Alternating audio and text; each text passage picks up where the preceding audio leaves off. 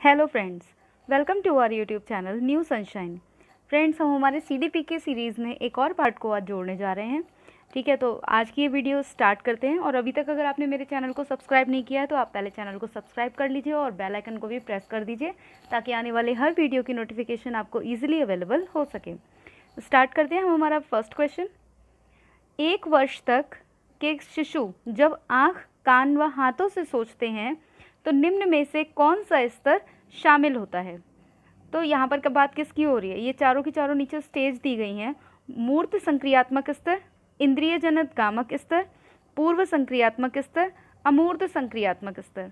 ये किसने दी हैं? ये सारी की सारी स्टेज किसकी हैं?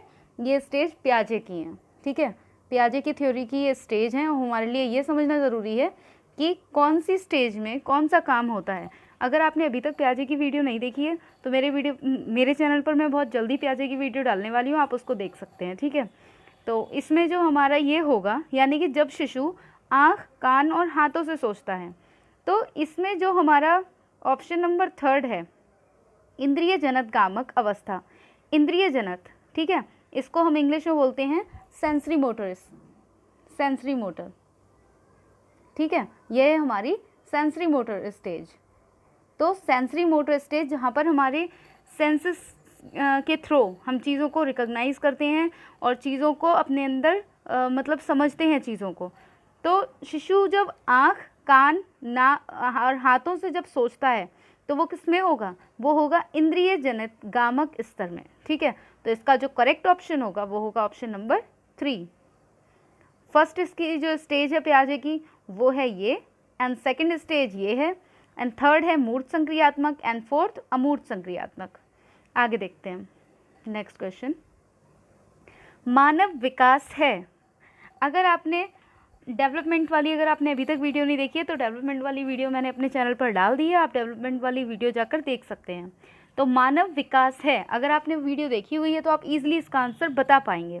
फर्स्ट इसका ऑप्शन है मात्रात्मक, सेकेंड ऑप्शन है गुणात्मक, थर्ड है कुछ सीमा तक अमापनीय, मतलब इसको मेज़र नहीं किया जा सकता, एंड फोर्थ है फर्स्ट एंड सेकेंड बोथ।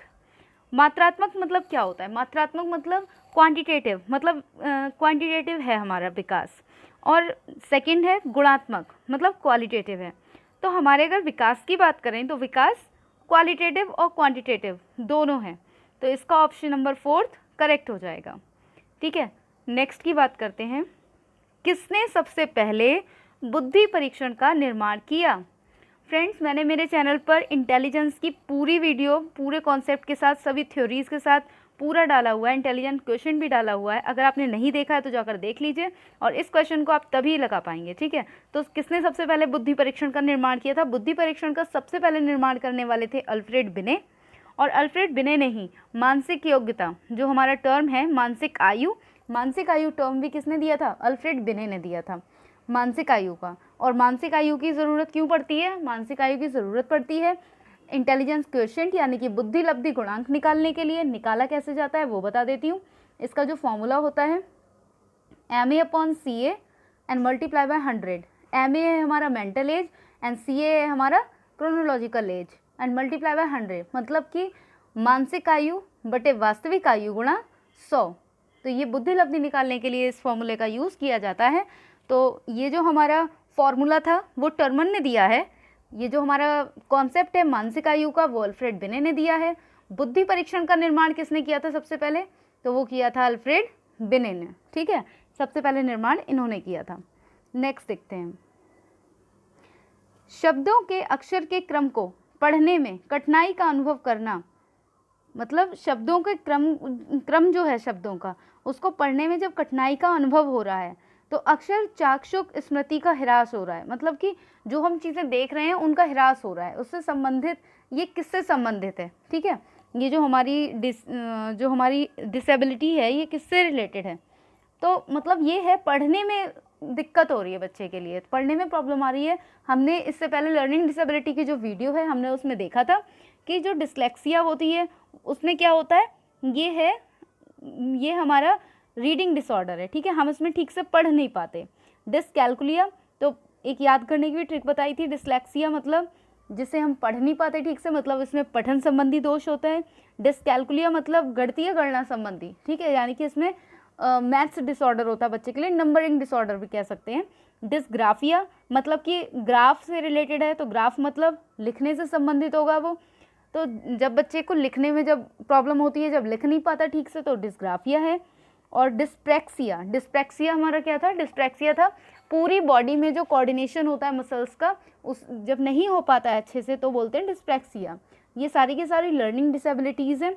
हमारे वीडियो पर इसकी पूरी की पूरी एक वीडियो पड़ी हुई है, आप जाकर उसको देख सकते हैं। तो यहाँ पर हम बात कर रहे हैं पढ़ने में कठिनाई का अनुभव हो रहा है, और वो होता है डिसलेक्सिया। डिसलेक्सिया में होता क्या है, यूजुअली जो डिसलेक्सिया होता है उसमें बच्चे के लिए जो हमारे अल्फ़ाबेट्स हैं वो कैसे दिखाई देते हैं, जैसे क हमारा इस तरह से बनता है, तो बच्चे के लिए क इस तरह से दिख सकता है, ये बी कुछ इस तरह से दिख सकती है, डी कुछ इस तरह से, मतलब कि जो नंबर्स हैं उसके आगे भी आगे वो कुछ उसे घूमे हुए से दिखाई देते हैं, उसको ठीक से समझ नहीं आता। तो ये हमारी कौन सी बीमारी है, ये है हमारी डिसलेक्सिया, ठीक है, ये लर्निंग डिसेबिलिटी है। नेक्स्ट देखते हैं क्वेश्चन। सभी के लिए विद्यालयों में सभी की शिक्षा, मतलब विद्यालय में सभी के लिए सभी की शिक्षा है, तो निम्नलिखित में से किसके लिए प्रचार वाक्य हो सकता है। तो ये प्रचार वाक्य है हमारा इंक्लूसिव एजुकेशन का, जहाँ पर शिक्षा सभी के लिए हो, ठीक है, चाहे वो किसी भी डिसेबिलिटी से, मतलब किसी कोई भी डिसेबिलिटी हो किसी बच्चे के लिए, या वैसे उस हैंडीकैप्ड हो, या कोई भी प्रॉब्लम है किसी भी तरह की, अगर विकलांगता या किसी भी तरह की कोई और परेशानी है बच्चे के लिए, तो वहाँ पर हर तरह का बच्चा पढ़ेगा, ठीक है। तो उसके लिए हम क्या बोलेंगे, समावेशी शिक्षा, यानी कि इंक्लूसिव एजुकेशन। तो जो हमारा करेक्ट ऑप्शन होगा वो ऑप्शन नंबर 2 होगा, इंक्लूसिव एजुकेशन, समावेशी शिक्षा। नेक्स्ट क्वेश्चन देखते हैं। निम्नलिखित में से कौन सा कारक अधिगम को सकारात्मक प्रकार से प्रभावित करता है, सकारात्मक प्रभाव से। फर्स्ट है हमारा अनुत्तीर्ण हो जाने का भय। भय मतलब जहाँ पर भी भय आ जाएगा तो वहाँ, जैसे कि अगर ये है हमारा, ठीक है, तो ये तो हमारा 0 है, ये जो हमारा है ये है 0, और इधर हमारा सकारात्मक यानी कि प्लस। अगर आप आगे सोच रहे हैं चीज़ के लिए तो क्या है प्लस, और अगर आप चीज़ को पीछे सोच रहे हैं तो ये माइनस, यानी कि आप अपने आप में उस चीज़ को नकारात्मक रूप में देख रहे हैं, ठीक है। तो फर्स्ट है हमारा अनुत्तीर्ण हो जाने का भय। जो लाइन है बनी हुई हमारी, यहाँ पर 0 है, इधर प्लस एंड इधर माइनस, तो अनुत्तीर्ण हो जाने का भय यानी कि वह खुद को पीछे खींच रहा है, ठीक है, वो पेपर नहीं देना चाहता क्योंकि उसमें अनुत्तीर्ण हो जाने का भय है। तो ये कहाँ आया, ये पीछे यानी कि बैक आ गया, तो क्या ये सकारात्मक है, नहीं, ये नकारात्मक हो गया। सहपाठियों से प्रतियोगिता, जो बच्चे की जो प्रतियोगिता है, जो कंपटीशन है, अगर वो सहपाठियों के साथ है तो कहीं ना कहीं सकारात्मक होने के साथ साथ कई बार वो नकारात्मक भी हो जाता है ना। एक हेल्दी कंपटीशन तो अच्छा होता है, लेकिन अनहेल्दी कंपटीशन बिल्कुल भी अच्छा नहीं होता। तो कहीं ना कहीं सहपाठियों से हमें प्रतियोगिता नहीं करनी चाहिए, क्योंकि हम किसी और के बराबर नहीं हो सकते। हमारा जो प्रतियोगिता होनी चाहिए वो हमें अपने साथ होनी चाहिए, हमें एक खुद के साथ खुद को प्रूव करना है दूसरों के सामने, ना कि हम दूसरों के साथ खुद को कंपेयर कभी नहीं करना चाहिए, ना कि कंपटीशन करना चाहिए कभी।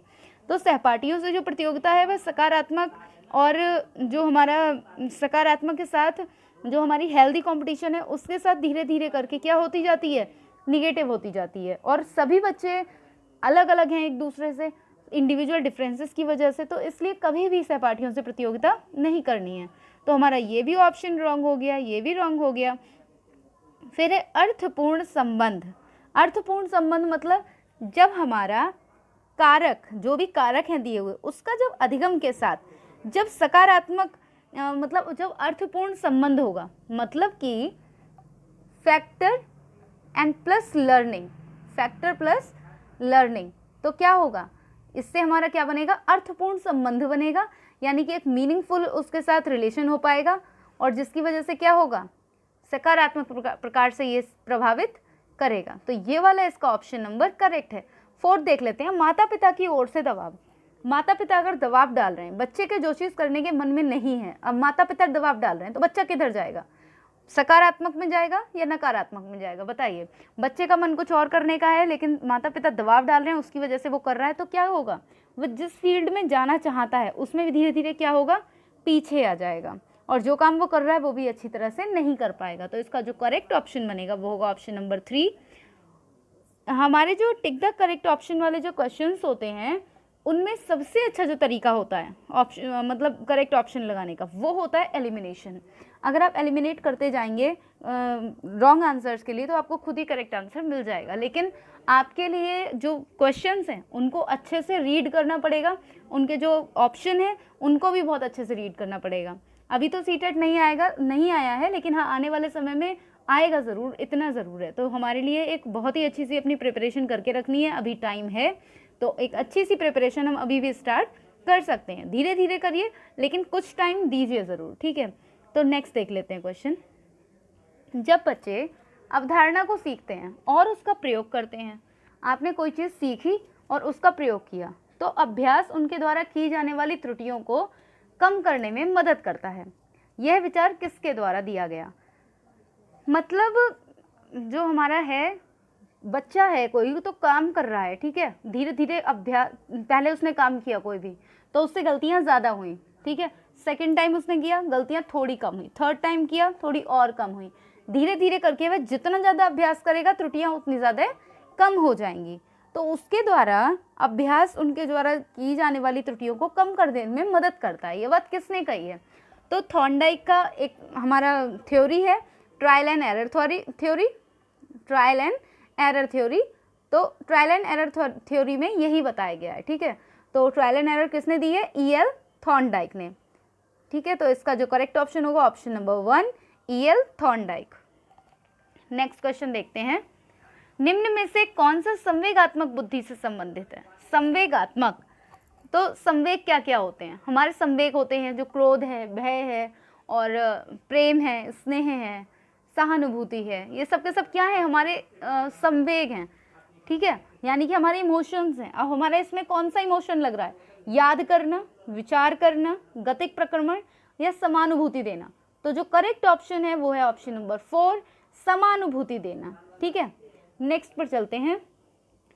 एक शिक्षक को व्याख्यान पर अधिक बल देना चाहिए, ज्ञान के लिए आधार उपलब्ध कराना चाहिए, ठीक है, शिक्षार्थियों द्वारा की गई त्रुटियों को एक भयंकर भूल के रूप में लेना चाहिए और प्रत्येक त्रुटि के लिए गंभीर टिप्पणी देनी चाहिए। थर्ड ऑप्शन, शिक्षार्थी कितनी बार गलती करने से बचता है, इसे सफलता के माप के रूप में लेना चाहिए। जब शिक्षार्थी विचारों को संप्रेषित करने की कोशिश कर रहे हो तो उन्हें ठीक नहीं करना चाहिए, ठीक है।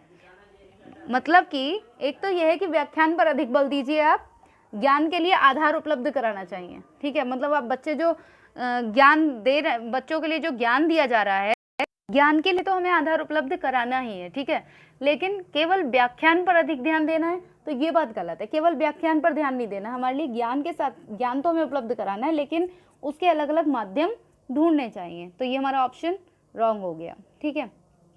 शिक्षार्थियों द्वारा की गई त्रुटियों को भयंकर भूल समझ लेना चाहिए और त्रुटि के लिए गंभीर टिप्पणी देनी चाहिए।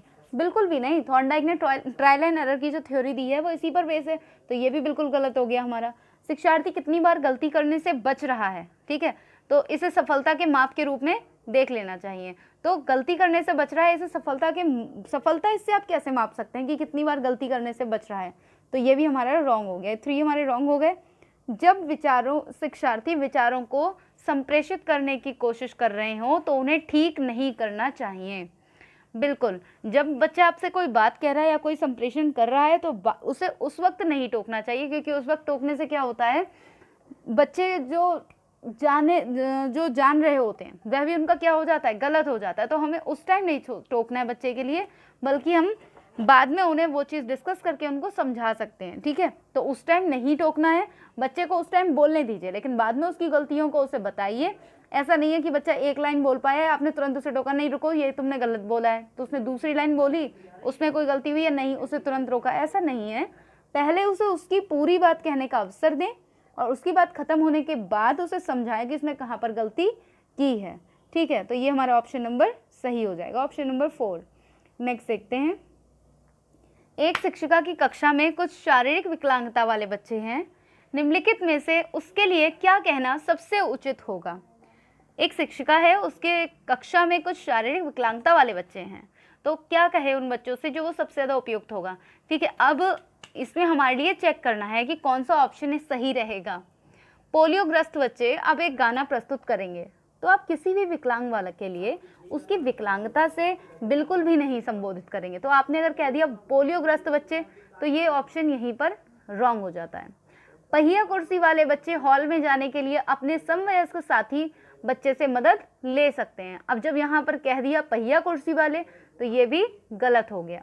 शारीरिक रूप से असुविधाग्रस्त बच्चे कक्षा में ही कोई वैकल्पिक गतिविधि कर सकते हैं। तो शारीरिक रूप से असुविधाग्रस्त, तो ये कहीं ना कहीं सही है, क्योंकि देखो हम यहाँ पर अगर बात कर रहे हैं पोलियोग्रस्त, तो हम क्या कर रहे हैं, केवल एक कैटेगरी से केवल बात कर रहे हैं पोलियोग्रस्त से।